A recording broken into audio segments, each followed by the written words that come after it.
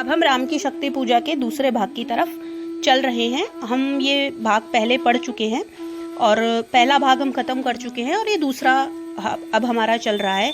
फिर देखी भीमा मूर्ति आज रण देखी, जो आच्छादित किए हुए समुद्र समग्र नभ को, ज्योतिर्मय अस्त्र सकल बुझ बुझ कर हुए क्षीण, पा महानिलय उस तन में क्षण में हुए लीन, लक शंकाकुल हो गए अतुल बल शेष शयन, खिंच गए द्रगों में सीता के राममय नयन। इसके साथ ही राम ने अपने मानस नेत्रों के समक्ष महाशक्ति को देखा और उसका रणक्षेत्र वाला रूप देखा। उन्होंने देखा कि वह मां शक्ति अपनी भीमाकृति के साथ आकाश को आच्छादित किए हुए है। राम जिन बाणों का संधान करते हैं वे सभी बाण उन मूर्त शरीर में बुझ बुझ कर व्यर्थ होते जा रहे हैं। ये बाण असीम गुफा के सदृश्य विस्तृत और गहरे महाशक्ति के मुख में क्षण भर में विलीन होते जाते हैं। महाशक्ति की इस भीमा मूर्ति को देखकर अमित बलशाली शेषशाही राम भी शंकित हो उठे हैं और उनकी आंखों के सामने ध्यानस्थ सीता के उन नयनों का चित्र साकार हो उठा है जिसमें सदैव राम की मूर्ति बसती थी। भावार्थ यह है कि राम की आंखों में वह चित्र साकार हो उठा है, जबकि सीता राम की आंखों में प्रेम भरी दृष्टि से देखती थी, या यूं कहिए कि निशा दिवस प्रतीक्षारत व चिंतन करती सीता की याद से राम व्याकुल हो उठे हैं, जबकि महाशक्ति रावण का साथ दे रही है। तो मैं सीता का उद्धार कैसे कर सकूंगा? इस समय राम को लगा कि रावण अट्टहास करता हुआ हंस रहा है। उस विजय या विजय के उन्माद से भरे अट्टहास से सीता की स्मृति में लीन राम के भाविक नयनों से दो अश्रु बिंदु झलक उठे, ढुलक पड़े।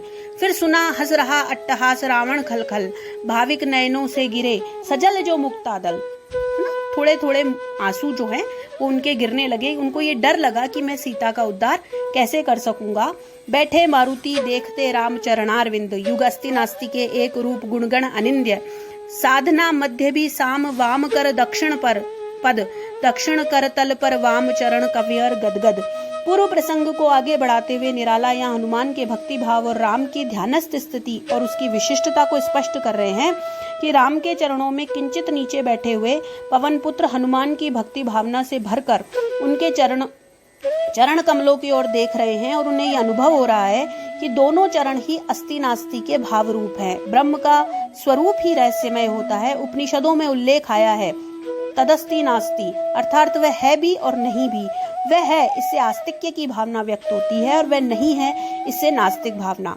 हनुमान को लग रहा है कि उनके आराध्य राम के चरण संपूर्ण गुणों के कोश तो हैं ही, सभी प्रकार से अद्भुत और प्रशंसनीय भी हैं। वे अपने आराध्य राम की ध्यानस्थ और भावपूर्ण मुद्रा देखकर आनंदित होते हुए पूरी तरह अभिभूत हो उठते हैं। उन्हें लगता है कि राम की साधनावस्था में एक अप्रतिम साम्य है, या यूं कहें कि संयम और संतुलन वे बनाए हुए हैं। राम ने अपना वाम हस्त दाहिने पैर पे रखा है और दाहिनी हथेली पर बायां चरण स्थापित कर रखा है। वाम और दक्षिण का यह संतुलन ही हनुमान की आनंदानुभूति का कारण है।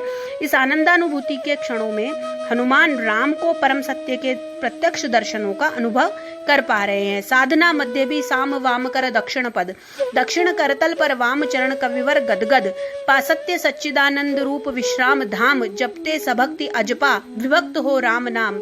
युग चरणों पर पड़े अश्रु के अस्तुवे अश्रु युगल, देखा कवि ने चमके नभ में जो तारादल।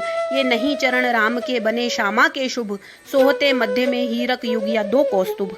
वे कहते हैं कि वे राम नाम का अजपा जाप कर रहे हैं। निराला ने यहाँ विभक्त शब्द को प्रयोग करके विशिष्ट भक्त और विभाजित होकर परम तत्व से अलग होने की दोनों भावों की व्यंजना कर दी है। इसी क्षण हनुमान इस आनंदानुभूति में निमग्न थे, तभी राम के दोनों चरणों पर उनकी आंखों से निकलकर आंसू की बूंदें टपक पड़ती है।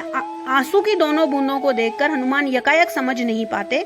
व्यंजना यह है कि राम जैसे महामानव की आंखों में भी आंसू आ सकते हैं। ये हनुमान न सोच सकते हैं न सहन ही कर सकते हैं, अतः अनुमानित कर लेते हैं कि वे आंसू नहीं हैं, वरन आकाश में उदित जो नक्षत्र हैं उन्हें ये देखकर लगता है कि ये श्यामा के शुभ चरण हैं। इन पर जो आंसू पड़े हैं वे हीरे की दो कड़ियां अथवा कौस्तुभ मणि के समान वे सुशोभित हो रहे हैं। राम के जो आंसू हैं वह कौस्तुभ मणि के समान सुशोभित हो रहे हैं। डॉक्टर नगेंद्र ने यह टिप्पणी हमें समीचीन करती प्रतीत होती है, जिसमें यह कहा गया है कि श्यामा का अर्थ रात्रि भी है अर्थात इस पंक्ति का अर्थ यह भी हो सकता है कि हनुमान को लगा मानो तारों से मंडित रात्रि के 2 चरण प्रहर हो। इस प्रकार हनुमान के ध्यान का क्रम टूट गया। फलतः उन्होंने अपने आराध्य के चरणों में अब तक जो ध्यान लगा रखा था वह विचलन में बदल जाता है और संदेह मन में उत्पन्न हो जाता है। अब हम आगे पढ़ेंगे कि क्या संदेह उत्पन्न होता है। आप इसे थोड़ा सा सिंसियरली पढ़िए, क्योंकि ये राम की शक्ति पूजा है। इसमें जो शब्द इत्यादि हैं वे अत्यंत कठिन हैं। बिना भाव के वे शब्द भी आपको समझ में नहीं आएंगे, अतः वीडियो को ध्यान से देखिए।